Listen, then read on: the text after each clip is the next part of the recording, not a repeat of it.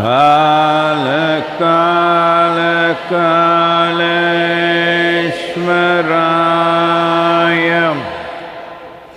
शिव शिव सर्वेश्वराय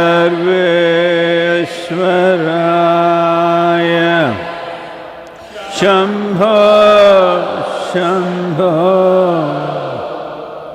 महादेवाय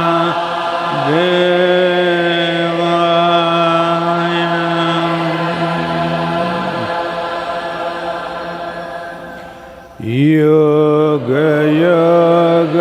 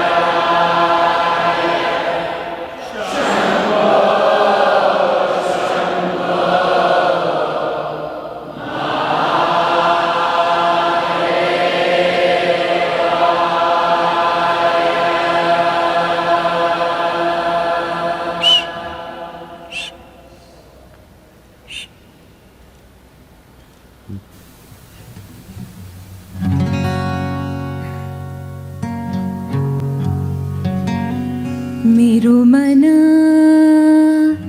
अनत कहाँ सुख पावे।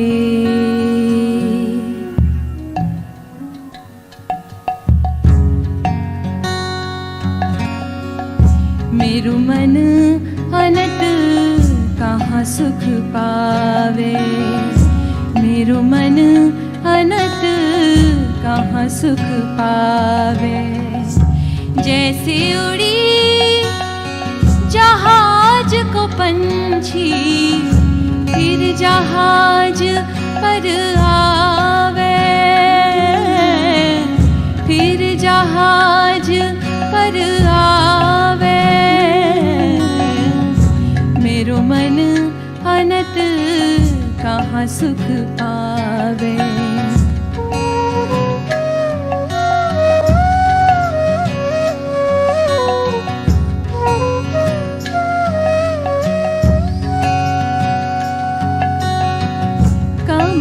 नैन को छाड़ी महात्म और देव को ध्यावे। परम गंग को छाड़ी पियासो दुर्मति कूप खड़ावे। दुर्मति कूप खड़ावे। मेरो मन अनत कहाँ सुख पावे।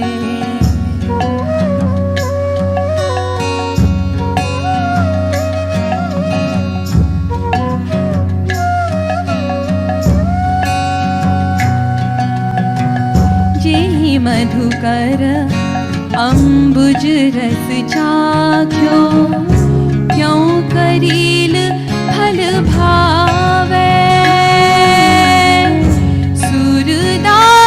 प्रभु काम धेनु तजी।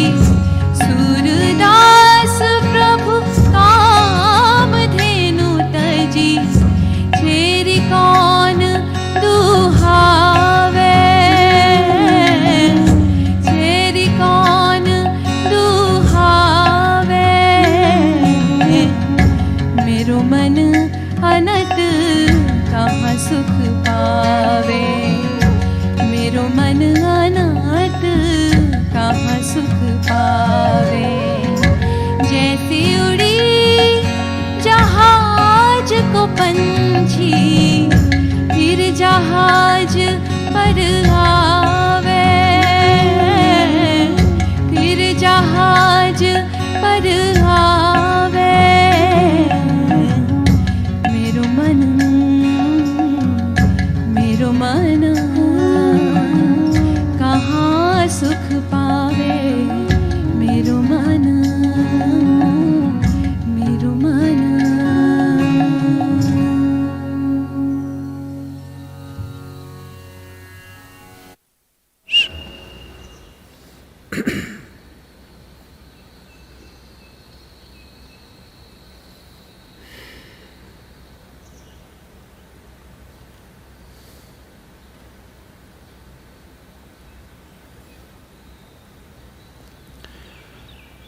Jananam sukadham maranam karunam milanam maduram smaranam karunam kalavashyadiha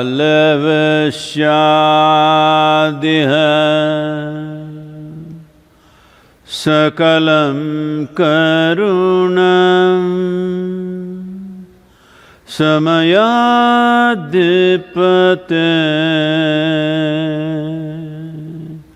akilam karunam.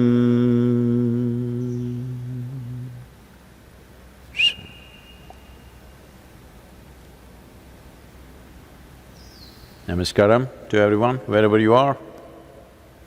So I hope you've been keeping well this 1 week.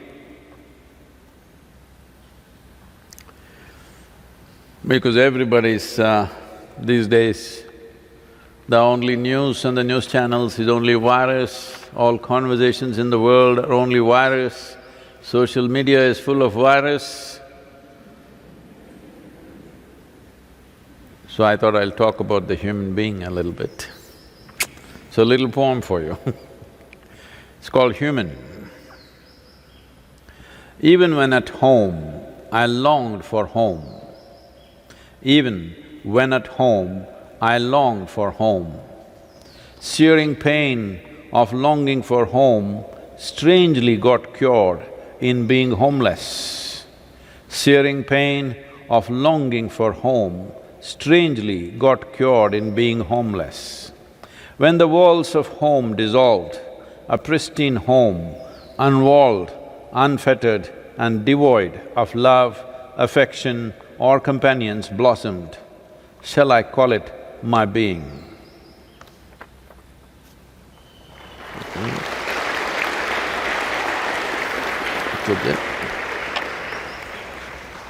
If I didn't read it well, it's up there for you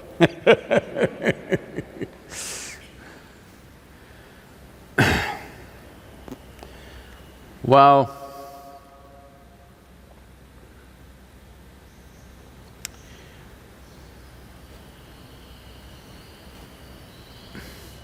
as per the plan, in India, we are supposed to end the lockdown by 17th of this month, just a week away.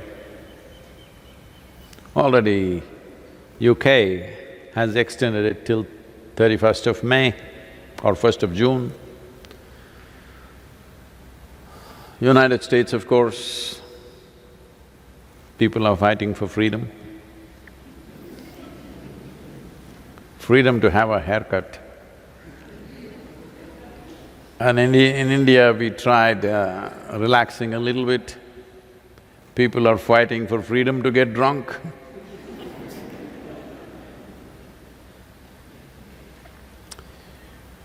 There were some hopes because certain scientific studies,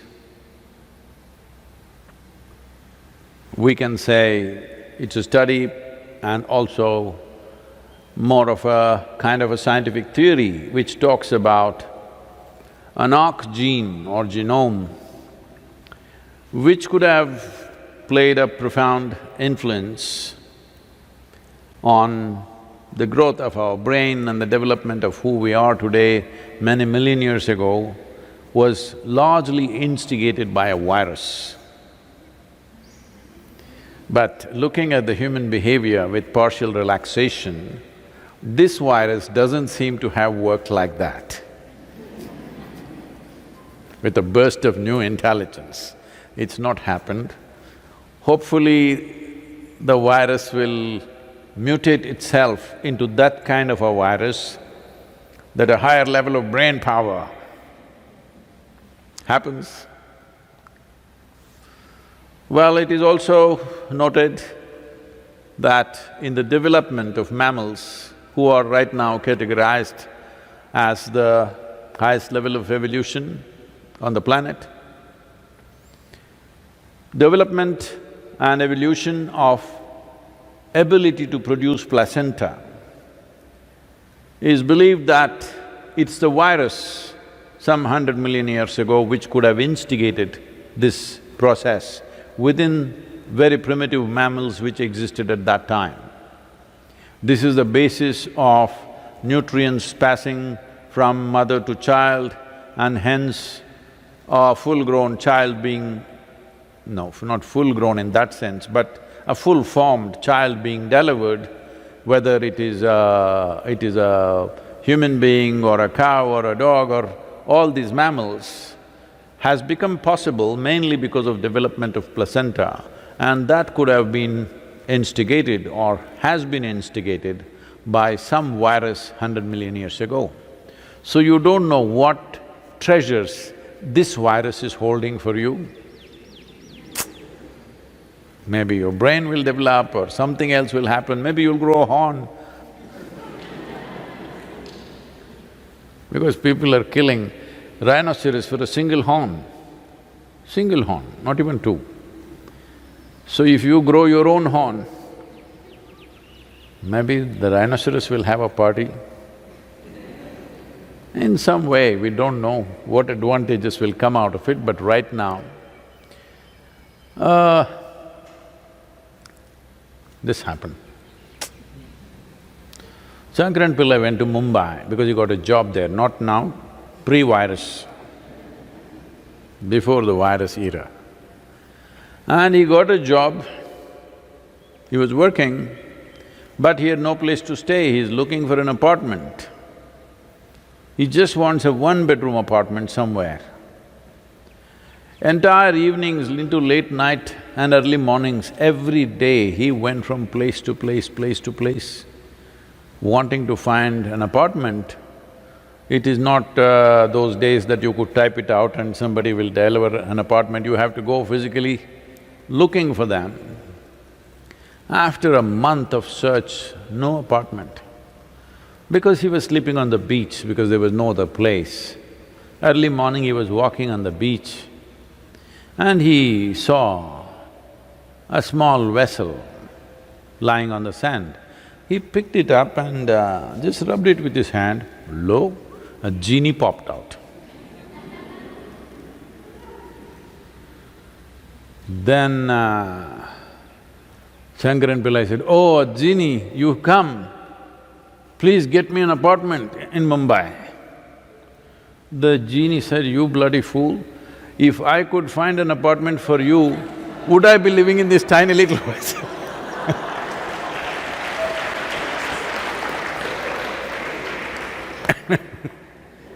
So those of you who are looking for a magic wand way out of the virus situation, there is no magic wand. Very conscientious, responsible steps are needed from individuals, from businesses, from the state, from the world. This is what is needed. One good thing or one thing that has happened, I'm taking back the word good because many will fight with me. One thing that's happened is all the places of prayers have been shut down. And many religious leaders are super insecure right now because if people learn to live without God and pretty well, this is going to be dangerous.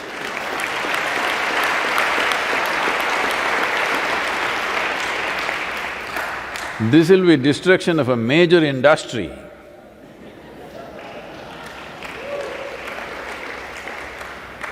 6 weeks, if you can live without seeing your God, without communicating with Him, without asking for this or that or even daily bread, if it still happened, then you may get confidence to walk on your own, you know. Very dangerous for the industry. It's a major industry, you can't let it die like that. But all these things are happening, as many of you may not know, because only probably in close circles I've spoken about this. This is a movement from religion to responsibility. Essentially what it means is, people have been living here with responsibility somewhere way up in the sky. We don't know where. It's time human responsibility moves here, not somewhere else. So I think this virus in some way is assisting our movement of moving humanity from religion to responsibility.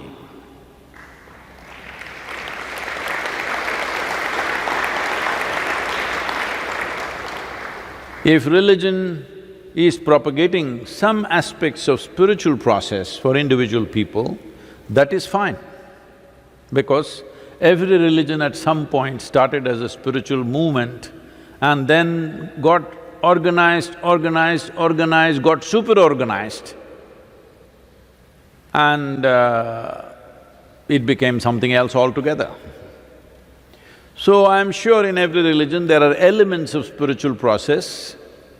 If those things are brought out, it's fine. But this daily bothering of God, which you call as prayer,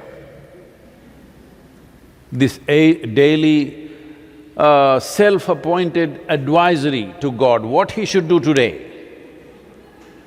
Of all the people, I think God should be the happiest with virus.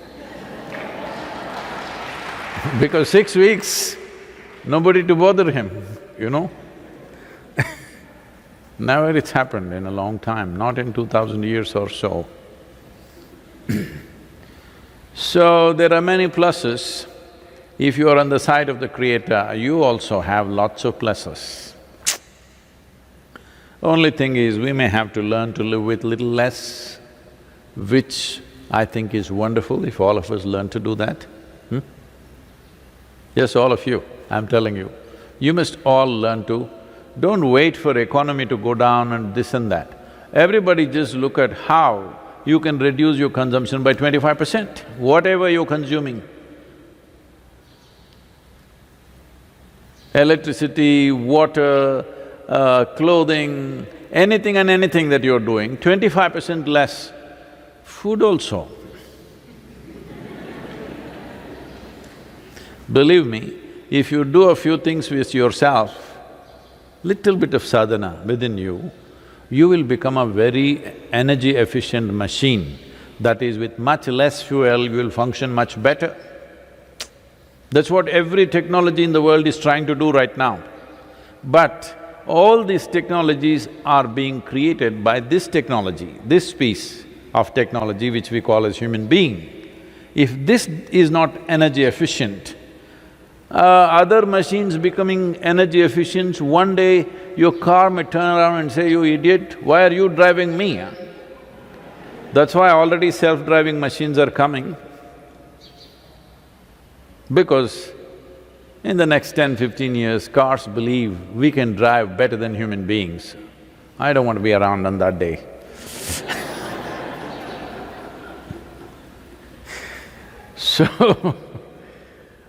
So the virus has many possibilities. If you reduce all the consumption that you're making in your life, 25% less, your brains will work very well. See, it's also there in the scientific studies that some millions of years ago, human brain started working because of this arc genome or whatever. So whether the genome comes or not, you spark, don't wait for the arc. You must spark to see that now this virus A bloody little thing, huh? The world has… this happened many years ago. There was a wise man in Coimbatore city. When people were simply attacking us for nothing, they were talking about coming in truckloads and ripping our ashram down, yoga center down. It was easy to do that because we were just one big hut. We were just a thatch roof hut, so people planning, come, we will go there and rip it down. Why? I think even they did not know. But because they thought this arrogance of religion to responsibility, it's the worst kind of arrogance that they can think of. Because of that, suddenly people were sparking up in Coimbatore, wanting to do their own thing. So they said, what is this? Everybody is becoming free, we can't let this happen. So when they were saying that, there was a wise old man who said, don't throw stones at this man, you don't know who he is. If you throw stones, he will build something out of it.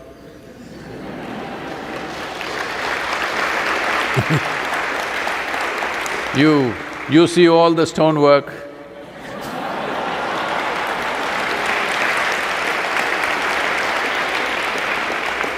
I don't think any one modern building, when I say modern, that's been built in 21st century has this much stone, because lot of people have been throwing stones at us, so we thought we should make it all stone.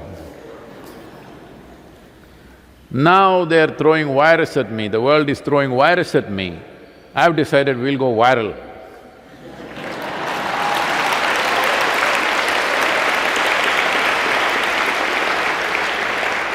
So there is a whole strategic thinking and action and various things going on. I want all of you to be a part of it. One thing we will do, everybody's telling me, don't tell them so soon, Sadhguru, they will die of anticipation and all that. I thought I'll tell you because it's come. So, we will launch a simple but powerful program where 40 days with Sadhguru, online. Don't clap, online. That is 24 hours of the day. Sadhguru will wake you up, Sadhguru will walk you through the day, Sadhguru will put you to sleep and stay with you during your sleep and wake you up again in the morning. We're evolving this program. We will launch this for the Yoga Day on 21st of June. If you want to be there, you better start booking up. Right now, even the booking is not open, but I've announced. But you start putting your names out there because maybe we will have to stop at a certain number for technological reasons. So 40 days with Sadhguru, it's never happened before. So we thought, because people don't even know how to wake up properly and fall asleep properly.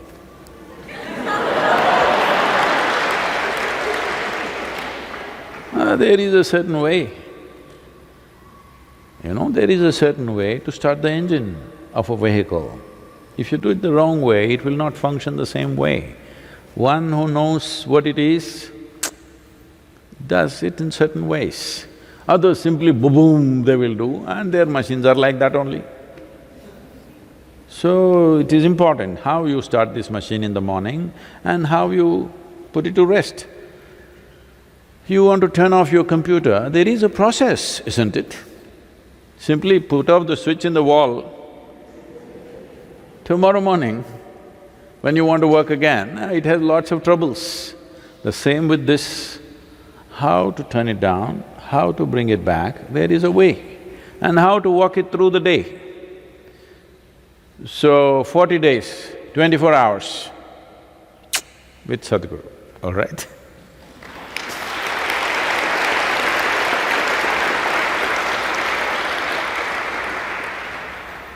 So now that, now that I'm becoming a full-time painter and a part-time spiritual teacher, we thought we'll show you some things.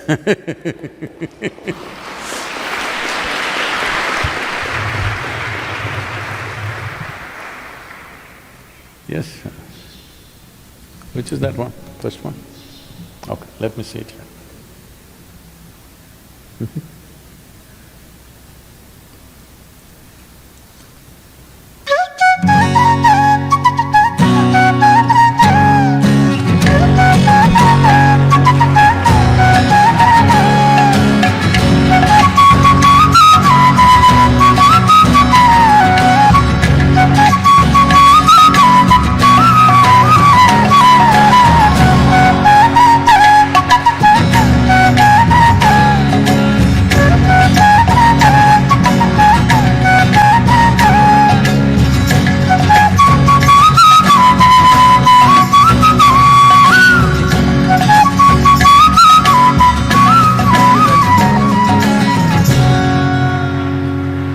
So, such are the ways of vanity, even a feather sits upon a man's brow.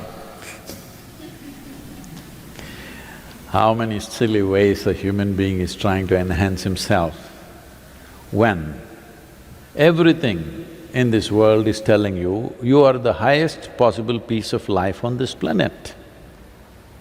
You got to fix… what a bird drops, you have to put it up on your head to feel. In like this, beads and bones and feathers and this and that and maybe a stupid diamond. Because a feather comes free, diamond is a bloody cruel thing. So how many ways, how many silly, idiotic ways a human being struggles to find little enhancement when we are the highest piece of life on this planet. So, if all those enhancements have failed and at least the virus has made you realize wearing diamonds and walking around in the house is a bloody silly thing, if you realize that, it's time for yoga.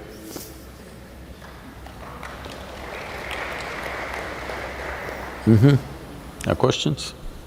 Namaskaram, Sadhguru. When someone is ill and on the verge of death, is that the time to give comfort and solace or talk about death and prepare them for it? Oh. See, when someone is ill, and if that someone has unfortunately never truly realized life is mortal and they have not prepared for it in any way within themselves, at that time you tell them you're going to die now, it's going to be terrible. Well, when someone becomes ill, in many ways, they become helpless. In that helplessness, they become like a little child or they become like little children. You love the child so much, there are two aspects to it. One is he or she is small and cute. Another is, they're helpless, you like it. Yes, yes. If you have a husband or a wife who is super efficient about everything they need, they can do it themselves, no, you will not like that person. You will need somebody who doesn't know how to find his socks. You will curse, but you like it because you know these are the controls you have over life. I've seen, women talking about, my husband cannot even find his toothbrush in the morning, but they're very proud of it. Because when he's so helpless, without me he cannot live. That's the thing. Because all relationships are need-based relationships, societies have evolved like this. So suddenly telling them you're going to die may not be a great idea. In this country, it was made a very significant thing, people have kind of all dissipated this fundamental wisdom. It was very important to have a son. Not because of gender discrimination, because the nature and the format of the society was such, If you had daughters, at a certain age they will go away. So even if they are 10 or 25 kilometers away from you in a nearby village, well, she is either pregnant or she has a young child or she has responsibilities of that house that she's gone to, and 25 kilometers she has to walk and come, there is no transportation, so most probably if you're dying, she won't come. This is always the case. Once again, we've gone to the same place now because most people, their children are in some other country, in some other faraway place that they cannot come. Or it's because of virus they cannot come. So because of this, having a son was very important because one fundamental duty which was very well established in his society, unfortunately forgotten today, is the moment a parent becomes to a place where the man gets married, the son gets married, the moment that happens, it is one of the duties of the son is to take the parents on yatra, to the pilgrim places. This is not tourism. This is to remind them that they are mortal, their time is rapidly coming, this is the time to invest in their inner well-being. Recently, there was one video which has gone viral around the country, a man carrying his old mother. You seen that video? Because this guy was very ill when he was young and everybody thought he will die. But his mother did not give up and she prayed to some god so intensely, and without any medication, this guy bounced back. So since then, he's been wanting to take his mother, which is her dream, to go to pilgrim places in the country. Now being a poor man, he didn't have money, he just put a bamboo thing, one side some things that he needs, clothes, this and that, another side his mother, and he's carrying her and walking from all the places to places wherever she had wished to go across the country, carrying his mother and another equal amount of load at the back and walking. This video has just gone crazy all over the country. Because this was the fundamental duty. Before they become incapable of walking and doing things, a son must take them to pilgrim places. Pilgrim places not for tourism purposes, but to remind them that they need to turn inward. Well, that is gone completely out of our thing. We are all thinking even if you're 70 or 80, you must be going to the cinema, you must be going to the party, you must be doing this, you must be doing that. Because this whole thing has come to us from the West, even if you're 80, you must behave like you're 18. Now also you must be on the dating app. Yes, they are, unfortunately. So, suddenly telling them may not be a good idea. This is something only you can judge based on an individual person. There is no common prescription, but it is important before they become ill. This must be brought forth to them. They should not go with this ignorance that they are going to live forever.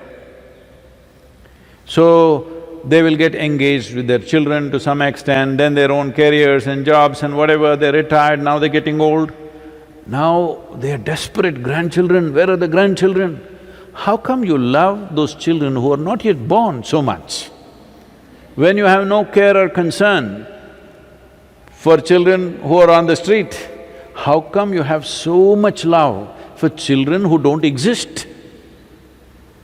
Because you want to get engaged with life once again, as if it's a new beginning, because it'll give you a new lease of life, another level of involvement, another level of illusion about things will go on forever.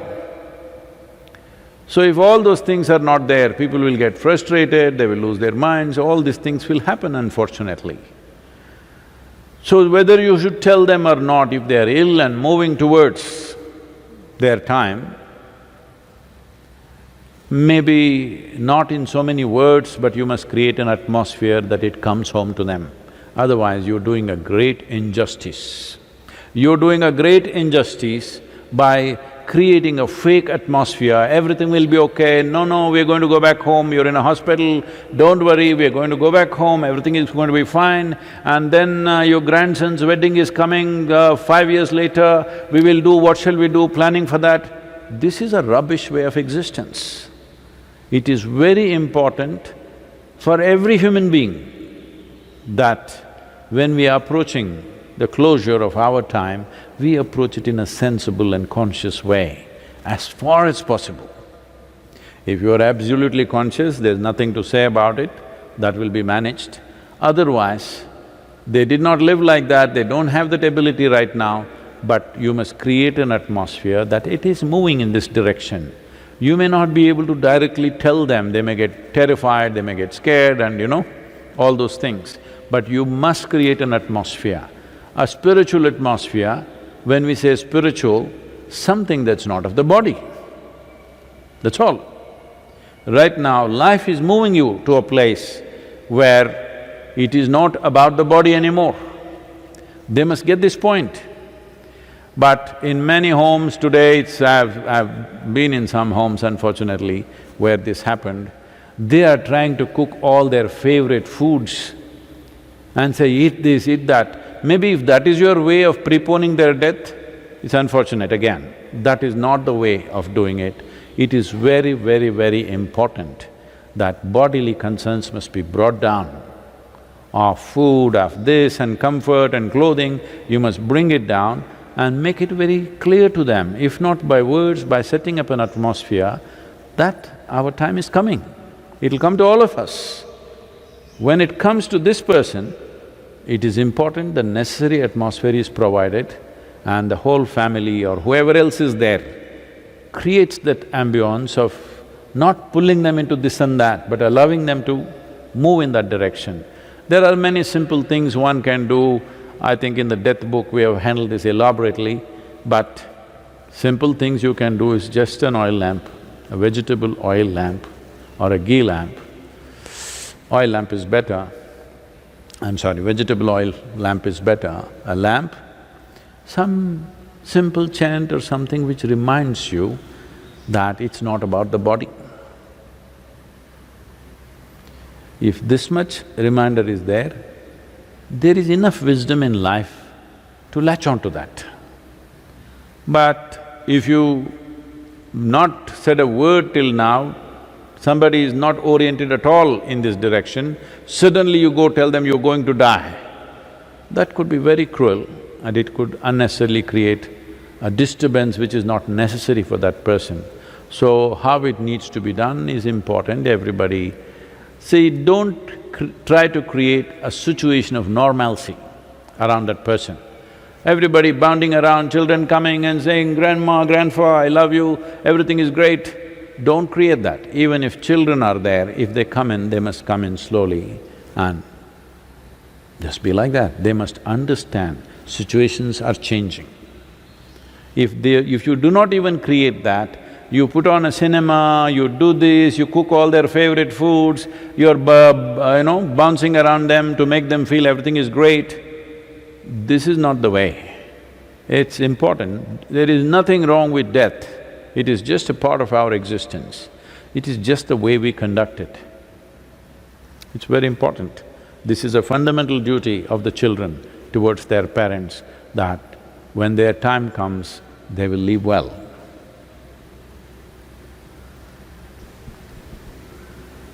Simplest thing is, if you turn spiritual, initially they will resist, they will struggle, but after that, it's a natural intelligence of a human being. Somebody who's half my age is not focusing on, physiological and psychological compulsions and they're doing something with themselves. What am I doing? This will naturally come in any human being. So, if you are doing any spiritual practice or anything, it's good to do it in front of your parents, even if they're not interested. Yes.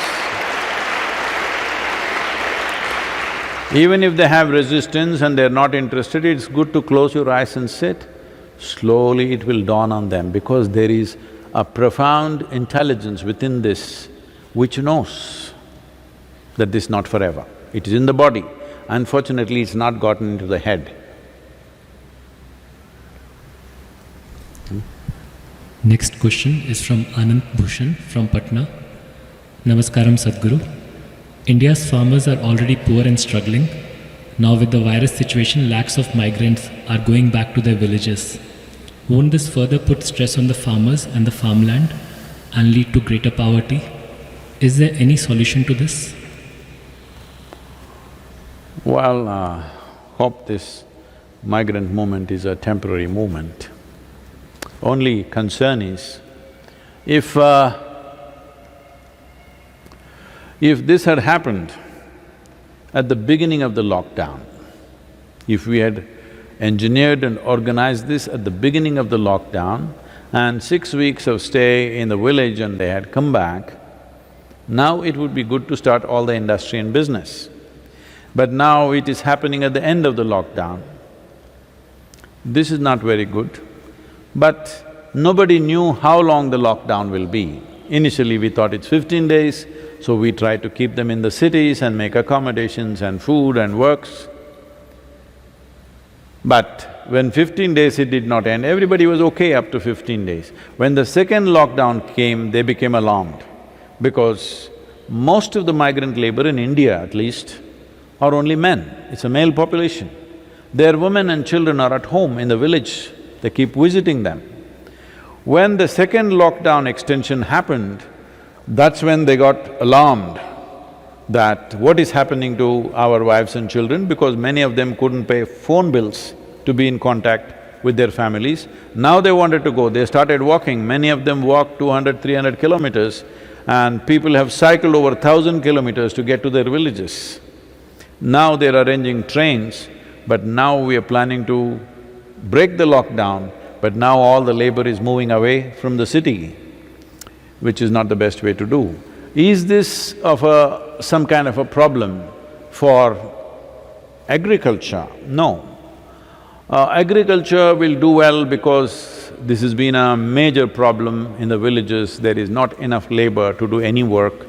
Now if this labor goes back, it will be more than sufficient or excess, but still, of course the labor, the amount that needs to be paid out will come down, so the farmer could benefit out of it, unless there is a total influx of population. No, because in the city it looks like that. When they go to the villages, they're going to spread into hundreds of villages or thousands of villages. So, this migrant labor which looks like a huge force in the city, when it goes into the hinterlands of India, they will spread out into thousands of villages. I don't think there'll be such a big influx except maybe a few villages in northern India. So, that is not going to be a problem for agriculture, but that's going to be a problem for various businesses, households and industry, and above all construction industry, which mainly depends on migrant labor. So, there are a lot of challenges out here. It is not a simple situation, it's a never-before kind of situation. The number of migrant labor in the country is somewhere between 120 to 140 million people. That many people moving from one place to another is a recipe for many problems. Unfortunately, 16 of them walking on the railway track and going, they're so exhausted, they slept on the track and a train just smashed through them in the night. So, these kind of unfortunate disasters are happening, but there is a certain resilience to this country that it is capable of bouncing back because our economy is built in a certain way. This is not run by a few corporations or this or that, this is run by 1 billion Indians. So, it has the capacity to bounce back because our production and our consumption are largely within the nation itself. Well, everybody has to look at many ingenious ways and innovative ways of doing things. The same old way of doing things will not work for anybody, not even for us here at Isha is it going to work. We'll have to change many things and innovate in many different ways to keep what we are doing going. and everybody has to do this, all businesses.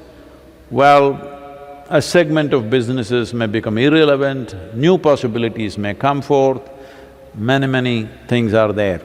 These are challenging times for sure. So, as I said in the very beginning of the lockdown, one concern is that people should not move towards starvation. Fortunately, it's not happened.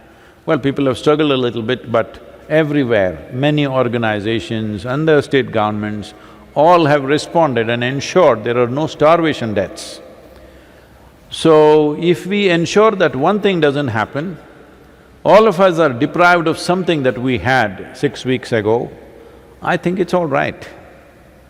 I think it's all right. I know a lot of people are going to throw brickbats at me for this, but I think it's all right. We will live with a little less, it's perfectly fine. It's fine with me, it should be fine with everybody, that we will live with little less than what we were doing. In many ways, human beings have been an excess.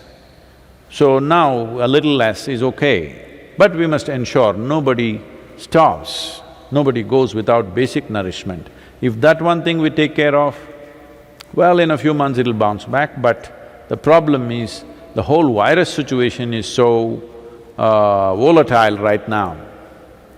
We were talking about breaking this lockdown on 17th, when 2 weeks ago we spoke about it.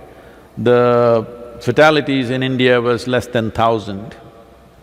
Today it's around 2,300, and fortunately, it's all gotten squished to one segment of the country, mainly Maharashtra, Gujarat, Rajasthan, Delhi, these are main hotspots, and unfortunately Tamil Nadu.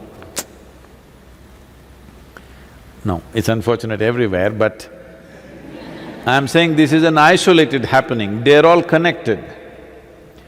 When we say Maharashtra, for those of you who do not know the geography of this country, Maharashtra, Gujarat, Rajasthan, Delhi, these are all connected geographically, so it's happening there in a big way. Tamil Nadu is totally in the south, but unfortunately it's happening here when the other states around us are free from it, which has happened due to certain reasons. I think at some point, some study or investigation needs to happen why it happened the way it happened, anyway. But the number of fatalities are rising by the day. I think right now, every day about 120 to 150 people are dying in the country of virus. It is way better than United States, but that is not either a solace or a solution, because once we break the lockdown, United States did not lock down as rigidly as we did. In spite of the lockdown, this is happening. Once we relax the lockdown, anybody's guess. So I want all of you, wherever you are, to understand the real responsibility of maintaining social distance and all the other protocol that's been repeatedly spoken about really starts from 17th onwards. Till now, most of us been protected by isolating ourselves. Now when we have to step out and other people start coming and going, this is when the real challenge happens. This is when really how responsible and sensible we are matters. After the lockdown is over, when the economic process begins, well, will it go out of control or what will happen? We have to see. One pluses and minuses of this is, well, there is always… people are comparing this to Spanish flu, which happened in 1919, which killed over 50 million people. 12 to 17 million people died in India alone. Spanish flu, why did it come to India? It did not start in Spain, it got the name because post-World War I, there was so much transaction from that place and it burst out there, then it spread all over the place. But we don't have to compare this to Spanish flu because Spanish flu largely killed people between 20 and 40 years of age. This is killing people who are generally over 65, 70 years of age or other vulnerable population with certain inherent problems in their system. And another thing is, the the minus point of this one is it doesn't kill as quickly as Spanish flu, but there is asymptomatic transmission in this. With Spanish flu, the moment you got it, we would know you got it, nobody would come near you. But at that time, we didn't have any antibiotics. Now we have variety of medicines. Even if we get infected, there's a way to deal with that. So we are not looking at that level of fatalities in the world. But to what extent our activities will be crippled, that is the thing. Well, there is a whole lot of people who are saying, scientific language is being thrown around by all kinds of people, saying that we will develop a herd immunity. See, to develop herd immunity, about 60 to 70% of the population should get infected. If this happens, we will wipe out a significant segment of the geriatric population. People over 75 years of age, we will almost wipe out that population in the world. And maybe infants below 1 year of age also, and all the vulnerable people, those who have been through transplants, people with cardiac problems, diabetics, and various other things are there which come under this category. So, all the vulnerable population we will be wiping out. So, herd immunity is not really a solution that way, because that means we are deciding. The very word herd is something I can't take when you refer to the human beings. Herd immunity, you talk about this in animals, the same thing we are talking about it, about human beings, because the viruses come from animals right now and this whole thing, but it will wipe out the vulnerable population if you are looking at 70% infection around the world. So how to stop it? Nobody has a clue. Only thing is, we have some ideas about how to slow it down. And the best thing you can do is how to enhance the immunity in your system. We can give you a protocol how to maintain this in the ashram. In the next 3 days, we will put out things as to how to enhance your immunity beyond what it is right now, because from 17th onwards, people from outside may start coming in, transactions will happen, we'll keep it to the minimum, but still it's inevitable, we can't be closed down forever. This is true everywhere.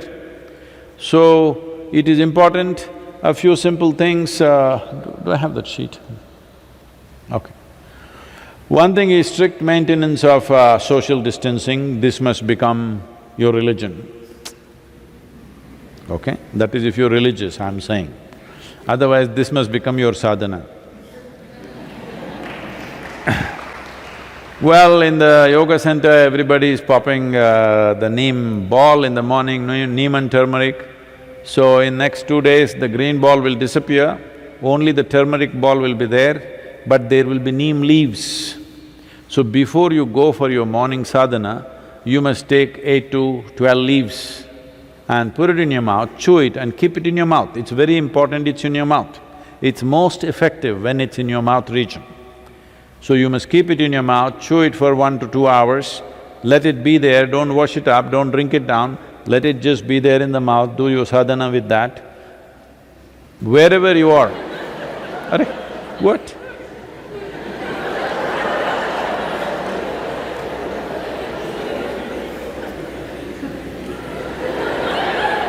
No, I'm just trying to avoid bad breath in the sadhana hall.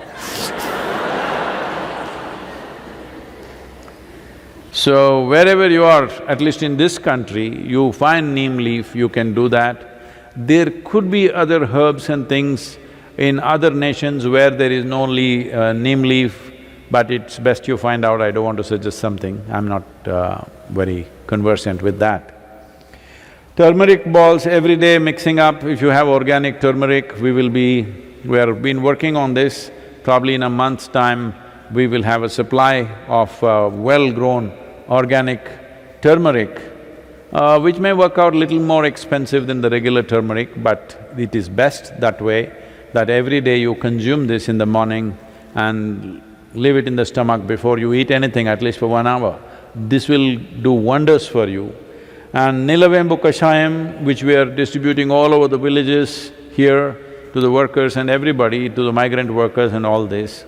One thing we have noticed is in this part of Tamil Nadu where we are working, There has not been a single case in the last 2 months, not a single case.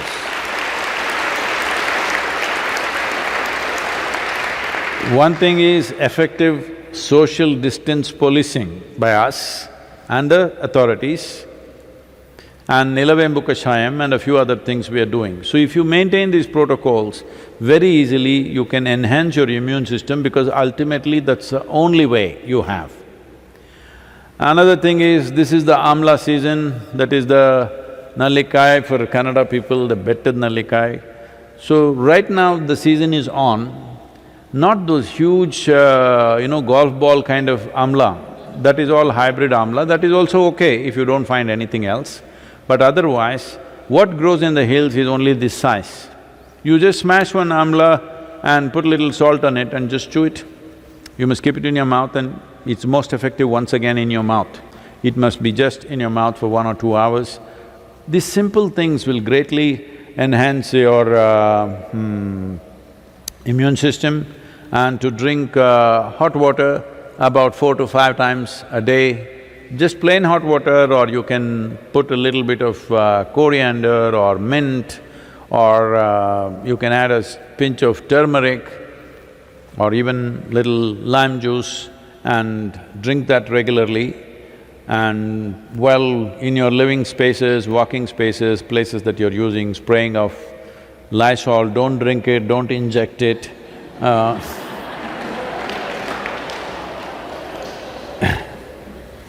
And this will happen here at the yoga center. We're planning how to accommodate them and what to do. This may sound a little bit of discomfort for many of you, but you have to do this. The vulnerable population in the ashram will be separated from the younger population. It is very important this is done because what may be perfectly fine for a young person, another person could be fatal. It could be fatal for the other person. So we want to separate the vulnerable population.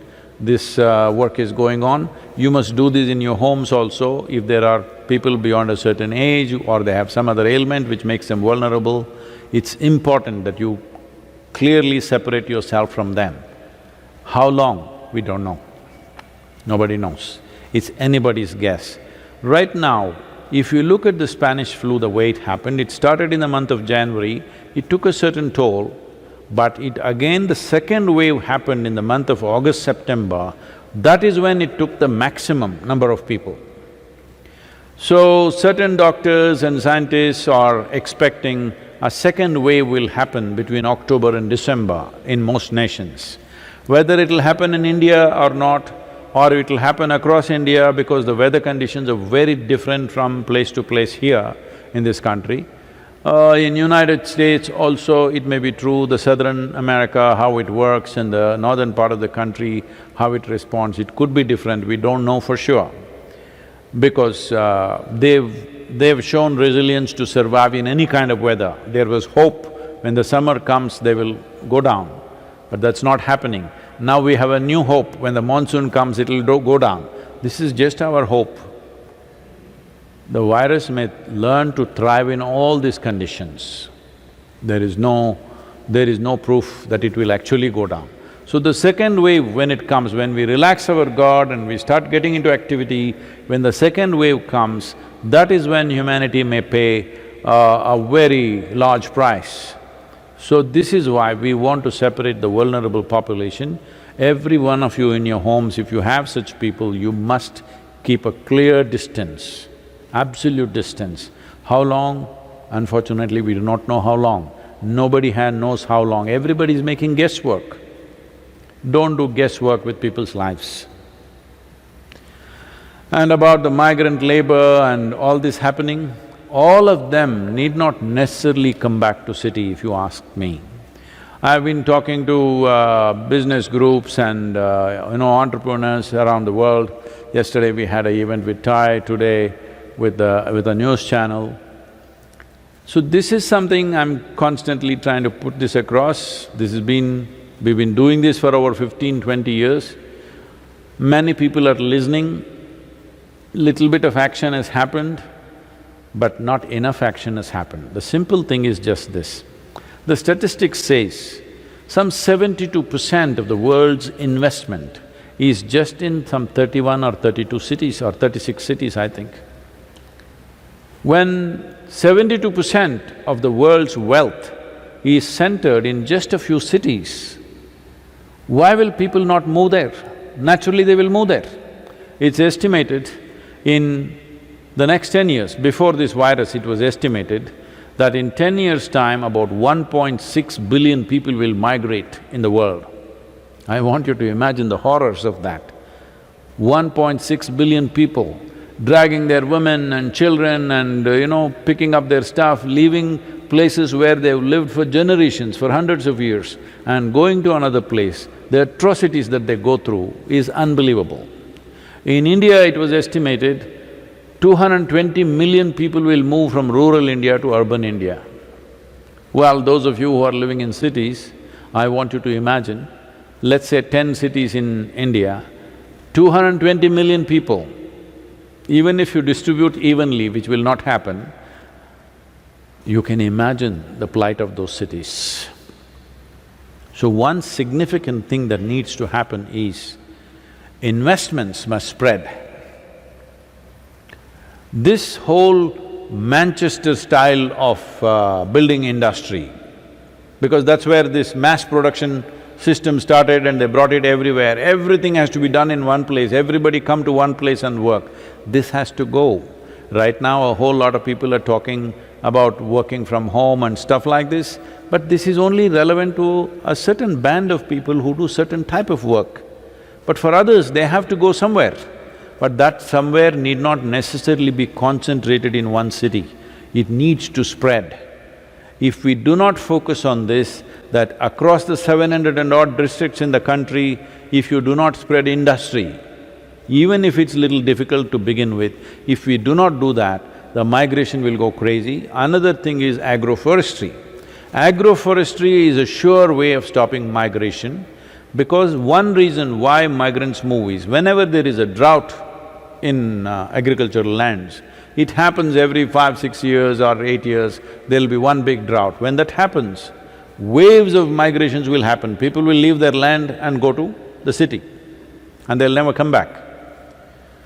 If you had long-term crops in your land, if you have trees standing in your land, you are not going to leave your land and go away because there is money standing there.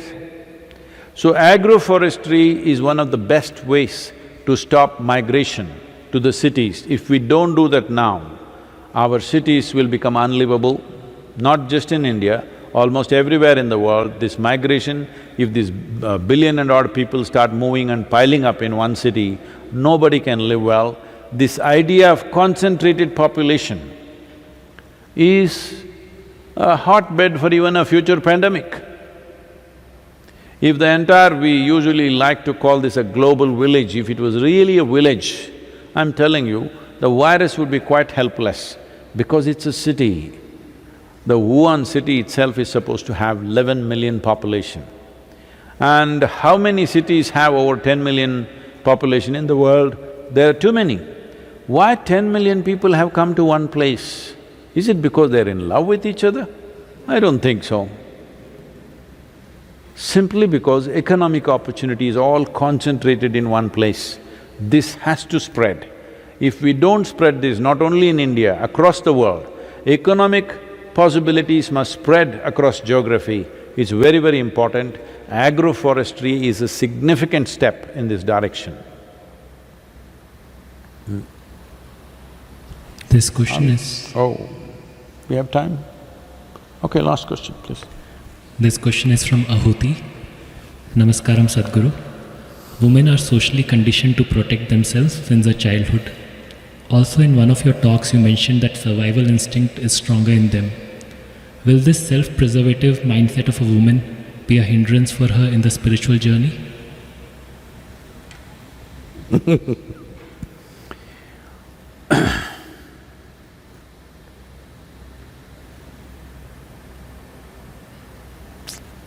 This happened in Alandurai. For those of you who do not know, Alandurai is a village just about 12 kilometers from here, where we are. Actually, It is named after an Englishman who was a hunter in this region, an elephant hunter. His name is Alan.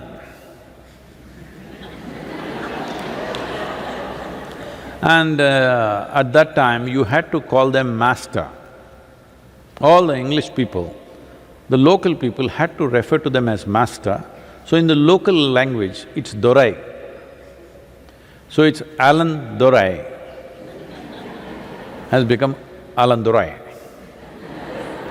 So in this Alan Dorai, two donkeys met, real ones.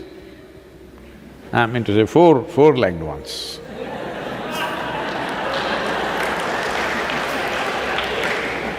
In case you're thinking I'm being nasty, no. Real donkeys, they met. One was very well-fed and doing well. Another one came and he was emaciated and looking quite pathetic. Then they got to talking and inquiring about each other. They have no virus concerns, so they're talking about their own life. So one asked the other, "Why are you stuck in this job with your owner? See, I escaped from my master, I am my own, I go and eat what I want. See how I am, look at you, a pathetic creature." Then the other donkey said, "Yes, my master is a cruel man. He hardly gives me any food, he beats me, he abuses me, uses all kinds of bad words, he even abuses my mother." It's a common habit, you know. Then the well-to-do donkey said, "Why? Why are you with this guy? Why don't you just come with me, let's go away." He said, "See, he also has a young daughter. He also abuses her similarly. He doesn't spare her mother either. And he also beats her with the same stick with which he beats me. And he keeps threatening her, 'If you don't behave, one day I will get you married to this donkey.' So, my job has better prospects."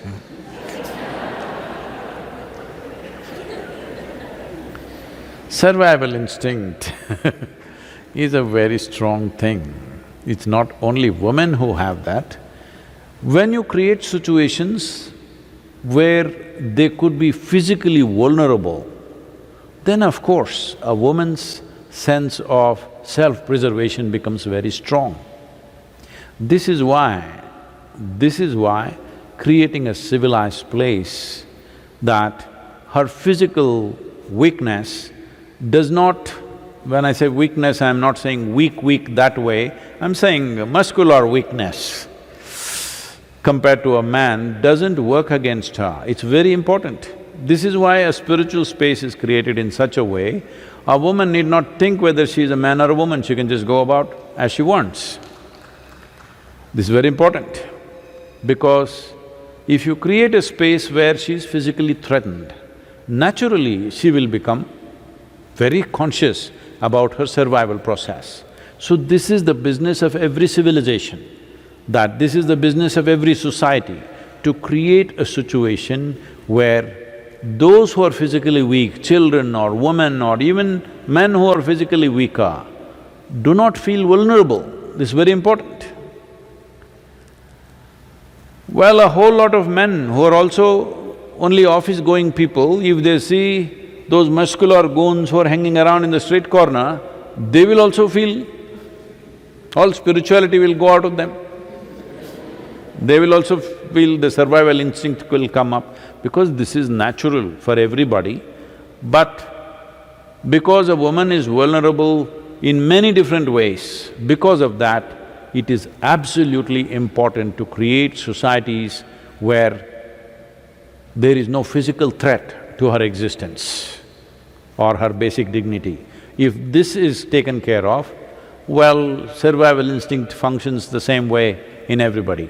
Actually, I have always noticed in the Initial parts of spiritual growth, women always take very rapid steps.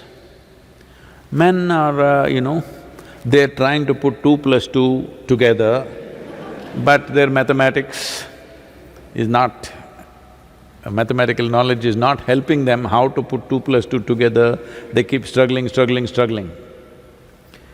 But they will come to a mid-range and women, they'll get little distracted here and there. This happened with Gautama. What's her name? It's a beautiful name. What's Gautama's woman disciple, what's her name? Sangamitra.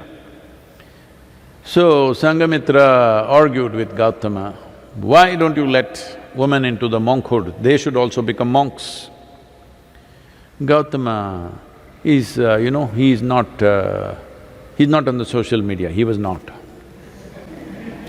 He's unconcerned about other people's opinions. So he said, see, if I have only male monks, this order will live for 2500 years. That's what I'm planning.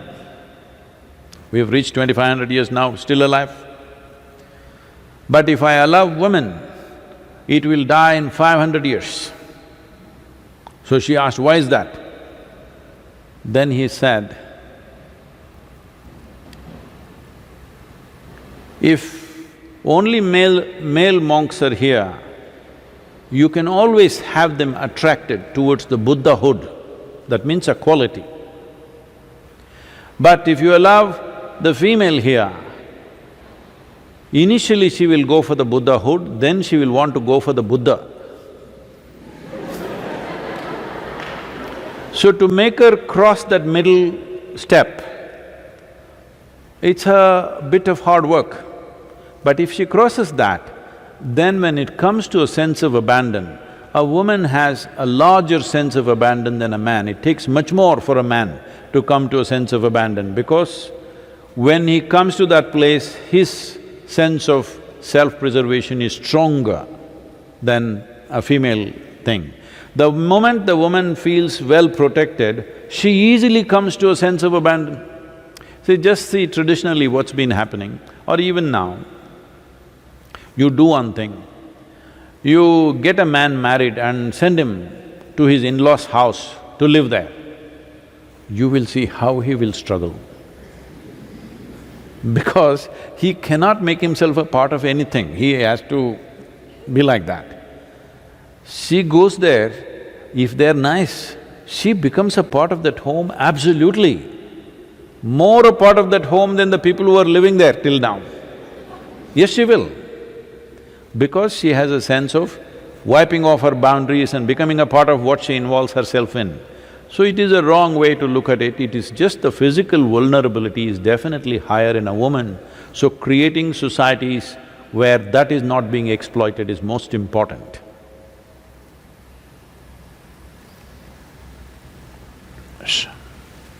It is because of this physical vulnerability, this whole all kinds of humor around in the world going on about how a woman will always lie about her age and things like that. This happened. I think it's time we create a female version of Shankaran Pillai.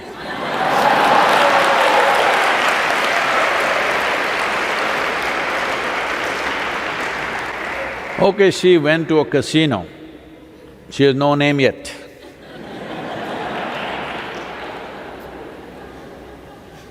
She went to a casino and she kept on in the roulette. She kept on losing. Then the guy who was running the thing, he said, I've seen this work many times, why don't you bet your age? She said, okay, 29. She put it and then the roulette stopped on 42. She just fainted.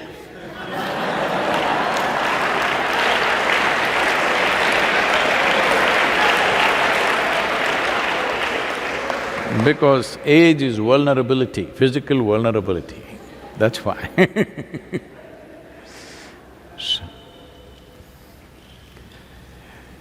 Yug Yug Yogeshwaraya Bhuta Bhuta Bhuteshwaraya Kala Kala Kaleshwaraya Shiva Shiva Sarveshwaraya Shambho Shambho Mahadeva